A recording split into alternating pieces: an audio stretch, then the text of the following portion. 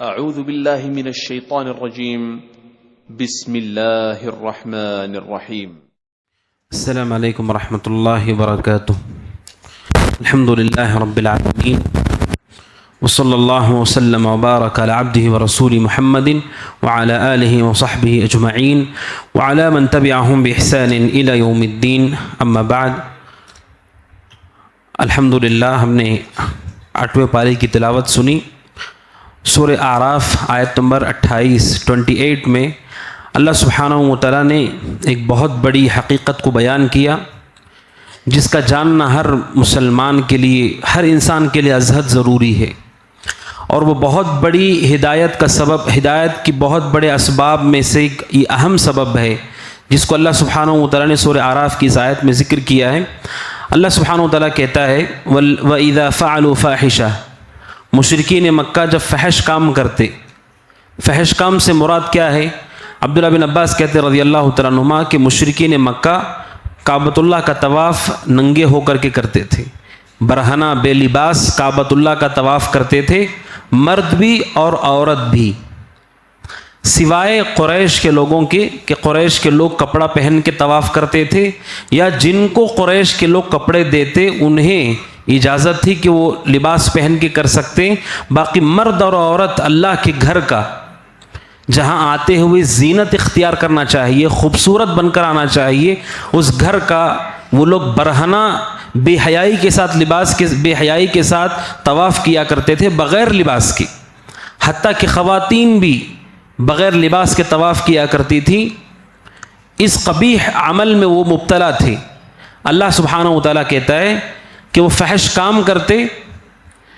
قالو، اور جب ان سے کہا جاتا کہ یہ عمل غلط ہے تو وہ کہتے وجدنا علیہ آباءنا، کہ ہم نے اسی پر اپنے باپ داداؤں کو پایا ہے. واللہ امرنا بہذا، اور اللہ نے ہمیں اس بات کا حکم دیا ہے. ایک جھوٹ بولتے تھے، ایک سچ بولتے تھے. جھوٹ اور ایک سچ. جھوٹ کیا بولتے تھے؟ کہ اللہ نے ہمیں اس بات کا حکم دیا ہے. اور سچ کیا بولتے تھے؟ کہ ہم اپنے باپ داداؤں کو اسی پر پاتے ہیں، اس لیے ہم یہ عمل کرتے ہیں.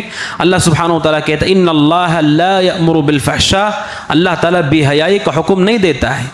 اللہ نے کہاں کہا ہے کہ بغیر لباس کے طواف کرو؟ کہاں اس نے کہا ہے کہ اس کے ساتھ شرک کرو؟ اللہ کبھی بے حیائی کا حکم نہیں دیتا. اتقولون علی اللہ ما لا تعلمون، کیا تم اللہ پہ وہ چیزیں بولتے ہو جن کا تمہیں علم نہیں ہے؟ اس آیت کریمہ میں اہل علم کہتے ہیں کہ ایک عظیم شبہے کا رد کیا گیا ہے، جس پر عام طور پر امتیں رہی ہیں کہ جب بھی نبیوں کی دعوت ان تک پہنچتی تھی، حق پہنچتا تھا، جواب کیا دیتے تھے؟ کہ ہم نے اپنے باپ داداؤں کو ایسے ہی کرتا ہوا پایا ہے، اس لیے ہم اس پر باقی ہیں. یہ ایسا شبہ ہے، اس شبہے کی وجہ سے علماء کہتے ہیں یہودی باقی رہتا ہے، عیسائی رہتا ہے، بدعتی رہتا ہے، قبر پرست رہتا ہے. اس ایک شبہ کی وجہ سے ہر آدمی اپنے باطل دین پر باقی رہتا ہے کہ وہ سب یہی کہتے ہیں کہ ہم نے اپنے باپ داداؤں کو ایک دین پر پایا ہے اور ہم اسی کے پیچھے چلنے والے ہیں. اللہ سبحانہ و تعالیٰ نے اس کی مذمت کی ہے. اللہ سبحانہ و تعالیٰ نے سورہ بقرہ کے اندر کہا کہ جب ان سے کہا جاتا ہے اتباع کرو، کہتے ہم نے باپ داداؤں کو اسی پر پایا ہے. باپ داداؤں کی اندھی تقلید یہ گمراہی کے بنیادی اسباب میں سے ہے، بلکہ تقریباً ساری امتوں کا یہی معاملہ ہے. اللہ سبحانہ و تعالیٰ نے سورہ زخرف میں کہا وَكَذَلِكَ مَا أَرْسَلْنَا مِن قَبْلِكَ فِي قَرْيَةٍ مِّن نَذِيرٍ، اے اللہ کے نبی آپ سے پہلے ہر بستی میں جتنے نبیوں اور رسولوں کو بھیجا گیا، آپ سے پہلے ہر بستی میں ڈرانے والوں کو ہم نے بھیجا. ہر بستی والوں کا جواب تھا اِنَّا وَجَدْنَا آبَاءَنَا عَلَىٰ أُمَّةٍ، ہم نے اپنے باپ داداؤں کو ایک طریقے پر پایا ہے. وَإِنَّا عَلَىٰ آثَارِهِم مُقْتَدُونَ، ہم ان کے آثار پر، ان کے پیچھے چل کر ان کی اقتدا کریں گے. یعنی سورہ زخرف میں اللہ سبحانہ و تعالیٰ نے واضح کیا اس زمین پر جتنے رسولوں کو بھیجا گیا ہر ایک کی دعوت کو رد کیا گیا اسی بات کو لے کر کہ ہم اپنے باپ داداؤں کے طریقے پر ہیں، اسے ہم کبھی نہیں چھوڑیں گے. جبکہ حدیث یہ کہتی ہے کہ باپ دادا ہی وہ ہیں جو انسان کو فطرت سے بدل کر باطل میں لے جاتے ہیں. بخاری کی حدیث ہے، اللہ کے نبی علیہ الصلوۃ والسلام فرماتے ہیں ما من مولود الا یولد علی الفطرہ، ہر بچہ فطرت توحید پہ پیدا ہوتا ہے، فابواہ یہودانہ، اس کے ماں باپ اسے یہودی بناتے ہیں، نصرانی بناتے ہیں، مجوسی بناتے ہیں۔ حدیث تو یہ کہتی ہے کہ جو پیدا ہونے والا بچہ ہے وہ فطرت پر باقی رہتا ہے، وہ شرک نہیں کرتا ہے، لیکن اس کے ماں باپ دھیرے دھیرے اس سے شرک کرواتے ہیں، گناہ کے کام کرواتے ہیں۔ حدیث اس کے مخالف کہتی ہے کہ باپ دادا ہی وہ ہیں جو انسان کو فطرت اسلام سے ہٹا کر باطل کی طرف لے جاتے ہیں، الا ماشاء اللہ، جن کو اللہ سبحانہ و تعالی نے توفیق دی کہ ان کے ماں باپ بھی توحید پر رہے۔ اور یقیناً یہ شرف ہے آدمی کا خاندانی طور پر توحید پر، سنت پر رہنا، یہ شرف کی بات ہے، عیب کی بات نہیں ہے۔ اس وجہ سے حضرت یعقوب علیہ السلام کے بیٹوں نے اسے شرف کے طور پر کہا کہ ہم اسی اللہ کی عبادت کریں گے جس پر ہم نے اپنے باپ کو، اپنے دادا کو پایا ہے، ابراہیم کو، اسماعیل اور اسحاق کو پایا ہے۔ یہ شرف کی بات ہے کہ اللہ سبحانہ و تعالیٰ اگر ہمیں اس خاندان میں پیدا کرتا ہے جہاں کے لوگ پیدائشی طور پر توحید سے جانکار ہیں، متبع سنت ہیں، ورنہ اس کے علاوہ عام طور پر لوگ باطل پر آتے ہیں، ماں باپ اور باپ داداؤں کے تقلید کے ذریعے سے ہی اللہ سبحانہ و تعالیٰ نے اس کی مذمت کی ہے اور اسے مشرکین کی قول کے طور پہ بتایا گیا ہے۔ باپ دادا دین کا مصدر نہیں ہے، اس کی سب سے واضح مثال ہم خود ہیں۔ ہم جو نسل ہیں، ہمارے فوت ہونے کے بعد کچھ عرصے کے گزرنے کے بعد اس زمین پر جو لوگ آئیں گے ان کے لیے باپ دادا ہم ہی لوگ ہیں۔ آپ بتائیے کیا ہم اس لائق ہیں کہ وہ ہمارے پیچھے آنکھ بند کر کے چلیں؟ کیا ہمارے پاس علم ہے؟ کہ ہمارے پاس زہد اور تقویٰ ہے؟ کہ اللہ کے دین کی صحیح پہچان ہے؟ ہمیں سے ہر شخص دیکھے، کیا وہ چاہے گا کہ اس کے آنے والی نسل اس کے پیچھے آنکھ بند کر کے چلے؟ اسی طرح ہم سے پہلے جو لوگ گزرے ہیں ان کا بھی یہی معاملہ رہا ہے۔ ان میں سے بدعتی بھی تھے، خرافی بھی تھے، جاہل بھی تھے، دین کا انکار کرنے والے بھی تھے، سنتوں کا مذاق اڑانے والے بھی تھے۔ جس طرح آج سماج میں ہر طرح کے لوگ ہیں، باپ داداؤں میں بھی ہر طرح کے لوگ پائے جاتے تھے۔ جیسا آج ہم نہیں چاہتے کہ کوئی آدمی آنکھ بند کر کے ہمارے پیچھے چلے، اسی طرح ان کے پیچھے بھی آنکھ بند کر کے نہیں چلنا چاہیے۔ قرآن مجید نے اس سے منع کیا ہے کہ یہی بنیاد ہے۔ اور آپ جانتے ہیں کہ شریعت آنے سے پہلے لوگ اپنے خاندان پہ بڑا فخر کرتے تھے اور اسے اپنی عزت کا سبب سمجھتے تھے، اور اشعار میں اپنے قبیلے کی، خاندان کی، باپ داداؤں کی تعریف اور منقبت ان کے اندر داخل ہو چکی تھی۔ اسلام نے اسے باطل قرار دیا۔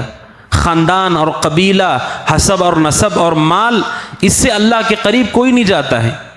کوئی آدمی اپنے قبیلے کی تعریف کرے، خاندان کی تعریف کرے، اس سے وہ اللہ کے قریب نہیں جاتا ہے۔ سارے رسومات کو اسلام نے ختم کیا ہے اور لوگوں کو دو حصوں میں تقسیم کیا ہے، یا تو مومن ہے یا تو کافر ہے، یا تو اچھا ہے یا تو برا ہے۔ کس خاندان سے آپ ہیں؟ قریش سے ہیں، عرب سے ہیں، عجم سے ہیں، گورے ہیں، کالے ہیں، اس سے شریعت کا کوئی تعلق نہیں ہے، حق کا کوئی تعلق نہیں ہے۔ شریعت نے ان ساری چیزوں کو باطل کر دیا۔ اس وجہ سے وہ لوگ اپنے باپ داداؤں کی تقلید میں اتنا پختہ ہو چکے تھے۔ اللہ کے نبی کی وفات کے بعد ایک جھوٹا شخص اٹھا جس نے اپنے آپ کو نبی کہا، جسے مسیلمہ کذاب کہا جاتا ہے، بنو حنیفہ قبیلے سے وہ تھا۔ اس کے قبیلے کے لوگوں نے کہا کذاب بنی حنیفہ خیر من صادق مضر، انہوں نے کہا ہمارے خاندان کا جھوٹا دوسرے خاندان کے سچوں سے اچھا ہے، اور یہ کہہ کر کے انہوں نے اس جھوٹے نبی کی اتباع کی، اس پر ایمان لے آئے اور کفر میں داخل ہو گئے۔ کہ باپ داداؤں کی تقلید اور خاندان کے لیے تعصب اور عصبیت، یہ انسان کے ایمان کو بھی تباہ کرتا ہے۔ کیا سبب ہے کہ ابو طالب نے ایمان کو قبول نہیں کیا؟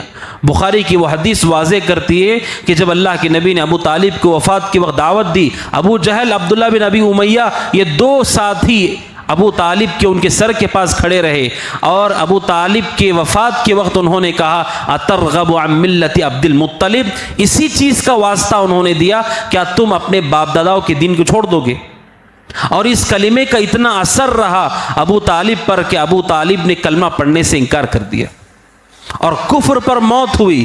اور نبی کو قرآن نے منع کیا کہ آپ ابو طالب کے لیے استغفار نہیں کر سکتے، اس لیے کہ ابو طالب کی موت کفر پر ہوئی۔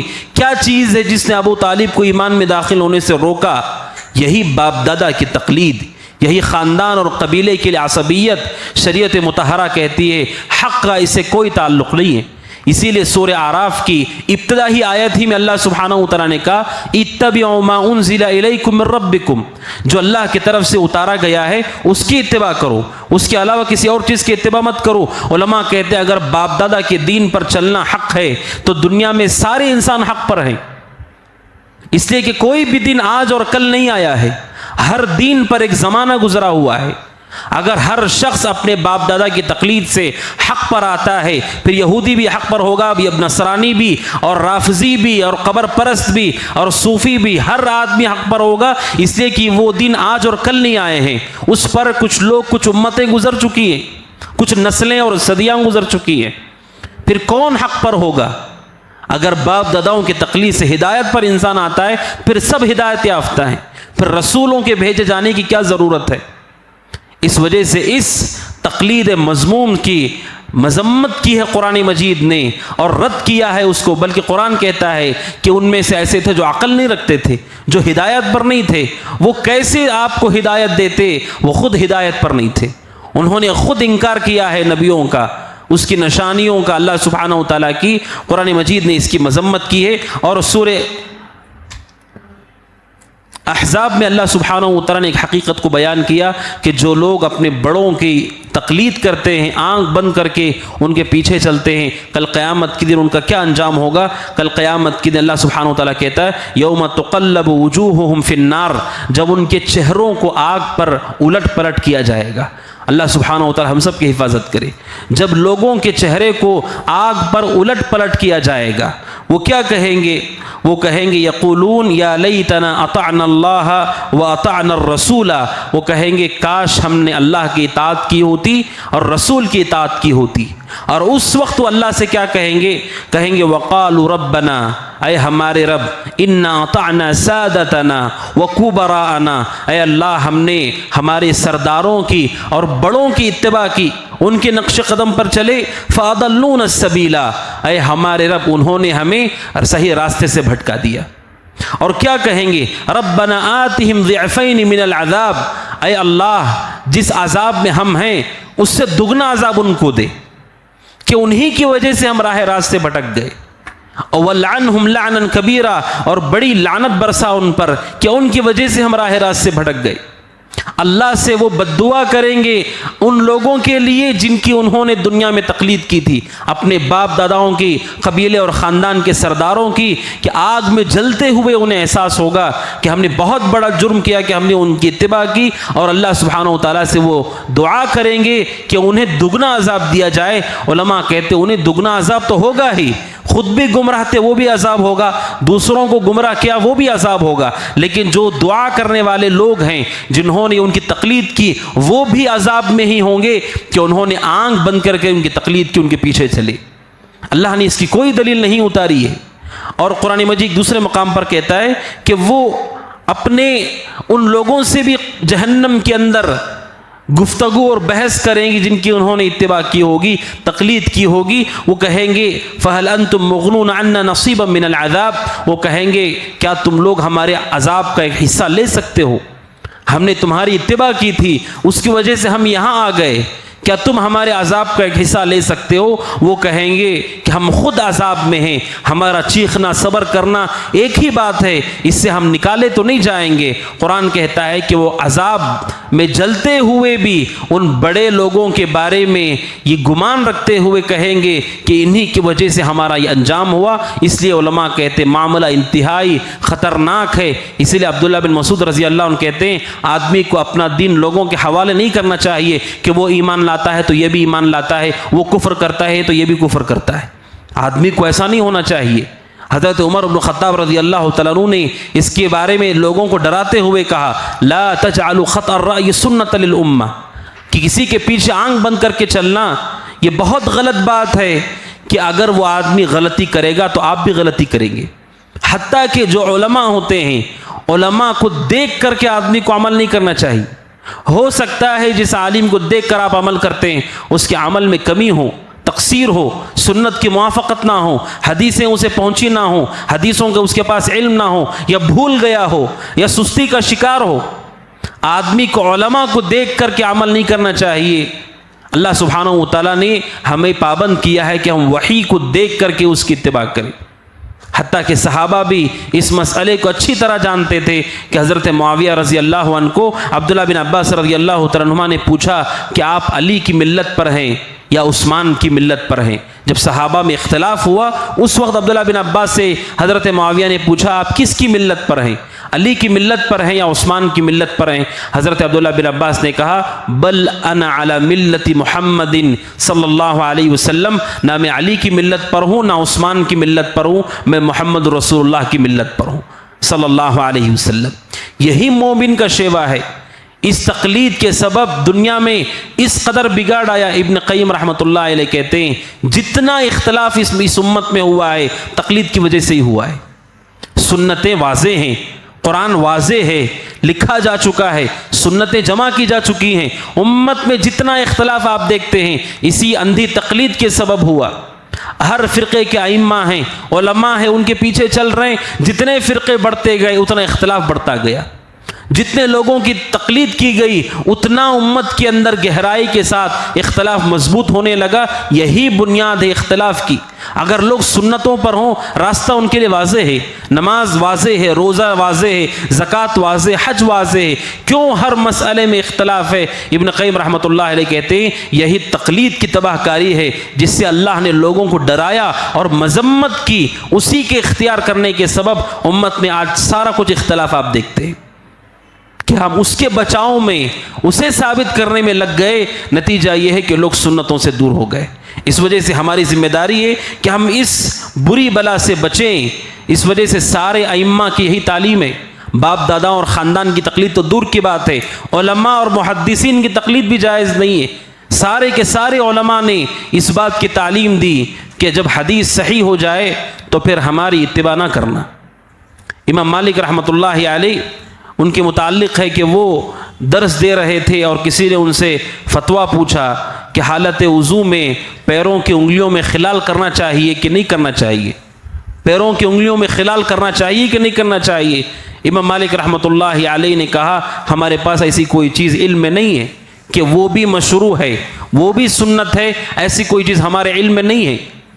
جب مجلس ختم ہو گئی ان کے شاگرد نے ان سے کہا کہ اس حوالے سے روایت ثابت ہے، مستورد بن شداد رضی اللہ عنہ کی حدیث ہے کہ اللہ کے نبی علیہ الصلاۃ والسلام اپنی چھوٹی انگلی سے پیروں کے انگلیوں میں خلال کرتے تھے وضو کرتے ہوئے۔ یہ حدیث شاگرد کو معلوم تھی، امام مالک رحمۃ اللہ علیہ کے علم میں نہیں تھی۔ امام مالک رحمۃ اللہ علیہ نے تعریف کی ان کی اور کہتے پوری زندگی اس کے بعد جب بھی ان سے پوچھا جاتا وضو کرتے ہوئے پیروں میں خلال کرنا چاہیے کہ نہیں، وہ کہتے تھے کرنا چاہیے، یہی سنت ہے۔ علماء کا منہج واضح تھا کہ وہ حدیث اور قرآن کے مطابق فتویٰ دیتے اور جو ان کے پاس تھا اس کے مطابق فتویٰ دیتے، لیکن بعد میں آنے والوں نے انہیں رسالت کے مقام پر فائز کر دیا کہ ان کی بات آخری بات ہے، وہ حدیث کے مخالف بھی ہو تو اسے قبول کیا جائے گا، جبکہ انہوں نے اپنی زندگیوں میں اس کی مخالفت کی۔ اور اگر وہ زندہ ہوں اور لوگوں کو دیکھیں کہ وہ کیا کچھ کر رہے ہیں، ہر عالم اس سے برات کا اعلان کرے گا۔ دنیا کا کوئی عالم ایسا نہیں ہے جو لوگوں کو یہ کہتا ہو کہ آنکھ بند کر کے میرے پیچھے چلو۔ جو علماء حق ہیں، علماء ربانی ہیں، وہ لوگ جو صحیح منہج پر قائم ہیں، اس لیے کہ ہمارا مقصد لوگوں کو ہماری ذات سے جوڑنا نہیں ہے کہ آپ ہمارے پیچھے چلو اور ہماری تعریف کرو اور ہماری منقبت بیان کرو۔ صحیح علماء کا مقصد ہے لوگوں کو خالص دین سے جوڑنا اور انہیں عمل کی دعوت دینا اور انہیں اللہ اس کے رسول کے راستے پر چلانا، یہ علماء کی ذمہ داری ہے، ہماری ذات کا اس میں کوئی دخل نہیں ہے۔ اس وجہ سے اللہ سبحانہ و تعالیٰ کہتا ہے قُلْ هَذِهِ سَبِيلِي أَدْعُو إِلَى اللَّهِ عَلَى بَصِيرَةٍ، اے نبی آپ کہیے یہ میرا راستہ ہے، ادعو الی اللہ، میں بھی اللہ کی طرف بلاتا ہوں۔ رسول بھی اللہ کی طرف بلاتے تھے، سارے کے سارے دعات علماء حق وہ سب کے سب اللہ کی طرف بلاتے ہیں۔ ہماری ذات اس میں دخل اندازی ہمارے ذات کی نہیں ہے، ہمارے اندر اتنی کمی کمزوری اور کوتاہی ہے کہ کوئی بھی آدمی اپنے آپ کو ہلاکت میں نہیں ڈالنا چاہے گا۔ اس وجہ سے علماء نے سختی سے اس کی مذمت کی۔ امام شافعی رحمۃ اللہ علیہ سے کسی آدمی نے مسئلہ پوچھا اور امام شافعی رحمۃ اللہ علیہ کے سامنے اس نے خود حدیث بھی بیان کی کہ یہ حدیث آئی ہے، کیا آپ اس حدیث کے مطابق فتویٰ دیتے ہیں؟ کہتے امام شافعی رحمۃ اللہ علیہ اتنے ناراض ہو گئے، ان کے چہرے کا رنگ بدل گیا. انہوں نے کہا تم خود حدیث بیان کر رہے ہو اور مجھ سے کہتے ہو کہ میں اس کے مطابق فتویٰ دوں گا کہ نہیں. امام شافعی نے اس سے کہا تمہیں کیا لگتا ہے میں کسی چرچ سے باہر نکل رہا ہوں؟ کیا تم مجھے عیسائی سمجھتے ہو، نصرانی سمجھتے ہو کہ حدیث بھی میں سن رہا ہوں اور اس کے مطابق فتویٰ نہیں دوں گا؟ اتنی جرت کیا ہماری ہے؟ امام شافعی اور سارے کے سارے ائمہ اور علماء کا یہی منہج رہا ہے کہ وہ لوگوں کو اتباع کتاب و سنت اور منہج سلف کی دعوت دیتے تھے، اپنی ذوات کی طرف کبھی دعوت نہیں دیتے تھے. اور اسی وجہ سے ہمارا یہ موقف ہے. ائمہ اربعہ ہوں، امام مالک، ابو حنیفہ، شافعی، امام احمد بن حنبل، اور ان کے علاوہ بھی ائمہ ہیں جن کے مذاہب تھے ایک زمانے میں لیکن آج نہیں ہیں. لوگ سمجھتے ہیں کہ صرف 4 مذہب ہیں، 4 مذہب نہیں ہیں، اس کے علاوہ بھی مذہب تھے. امام طبری رحمۃ اللہ علیہ کا مذہب تھا جو ختم ہو گیا. امام اوزاعی رحمۃ اللہ علیہ کا مذہب چلتا تھا وہ بھی ختم ہو گیا. جتنے ائمہ گزرے ہیں جن کے مذاہب ہیں یہ مذاہب ختم ہو گئے، یا ان کے علاوہ جتنے ائمہ ہیں جنہوں نے کتاب و سنت کی دعوت دی، ہمارا یہ موقف ہے کہ انہوں نے جان بوجھ کر سنتوں کی مخالفت نہیں کی ہے. ان کے پاس جو علم تھا اس علم کے مطابق لوگوں کی رہنمائی کی. وہیں پر ہمارا یہ موقف ہے کہ عالم کتنا بھی بڑا کیوں نہ ہو، حق کے مقابلے میں اسے دلیل کے طور پر نہیں پیش کیا جا سکتا ہے. کتنا بھی بڑا عالم ہو، صرف وہ بڑے ہونے کی وجہ سے اس کی بات صحیح نہیں ہوتی ہے.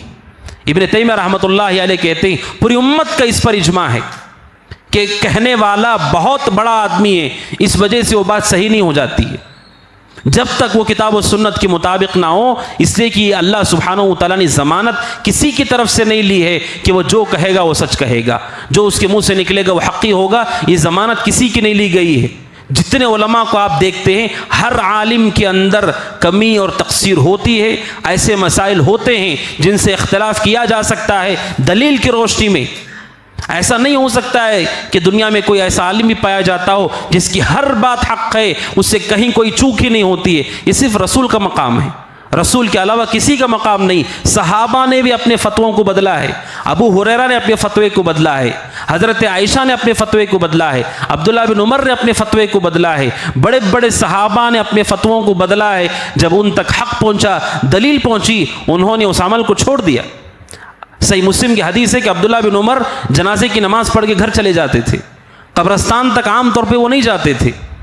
جب انہیں معلوم پڑا کہ ابو ہریرہ رضی اللہ عنہ کی حدیث ہے کہ جو آدمی جنازہ پڑھتا ہے 1 قیرات ثواب، جو قبرستان تک جاتا ہے 2 قیرات ثواب، 2 پہاڑ کے برابر ثواب ملتا ہے. عبداللہ بن عمر نے کہا مجھے افسوس ہے کہ میں نے کتنا اجر و ثواب ضائع کر دیا. اس کے بعد پوری زندگی جنازہ بھی پڑھتے تھے، قبرستان بھی جاتے تھے.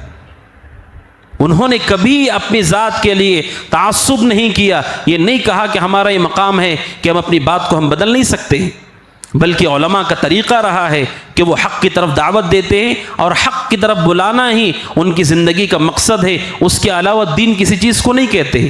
دین کتاب و سنت کا نام ہے. اس کے علاوہ علماء کی باتیں، آراء، ان کے اقوال اگر وہ کتاب و سنت کی وضاحت کرتے ہیں بہت اچھی چیز ہے. اگر وہ اس کے مخالف ہیں تو اسے قبول نہیں کیا جائے گا. جو صحیح منہج پر قائم ہیں ان سے جب چوک ہوتی ہے احترام کے ساتھ اس چیز کو چھوڑ دیا جاتا ہے اور سنت پہ عمل کیا جاتا ہے. اور وہ لوگ جو صحیح منہج پر ہیں ہی نہیں ان سے آدمی کو ہمیشہ پرہیز کرنا چاہیے کہ وہاں پر گمراہی کے سوا کچھ نہیں ہے. اللہ سبحانہ و تعالیٰ نے سورہ اعراف کی اس آیت میں ہم سب کو اس تقلید مذموم کی سے تنبیہ کی ہے کہ اللہ سبحانہ و تعالیٰ نے ماں باپ کو، خاندان کو، قبیلے کو ہمارے لیے ہدایت کا مصدر نہیں بنایا ہے. لہٰذا اس سے پرہیز اور گریز کرتے ہوئے اتباع کتاب و سنت پر چلنے کی توفیق عطا فرمائے. اللہ سبحانہ و تعالیٰ سے دعا کہ اللہ تعالیٰ ہم سب کو کتاب و سنت اور منہج سلف پر چلنے والا اور پاسدار بنائے، استقامت عطا فرمائے. ھذا وصلی اللہ وسلم علی نبینا محمد وعلى آلہ وصحبہ اجمعین. السلام علیکم ورحمۃ اللہ وبرکاتہ.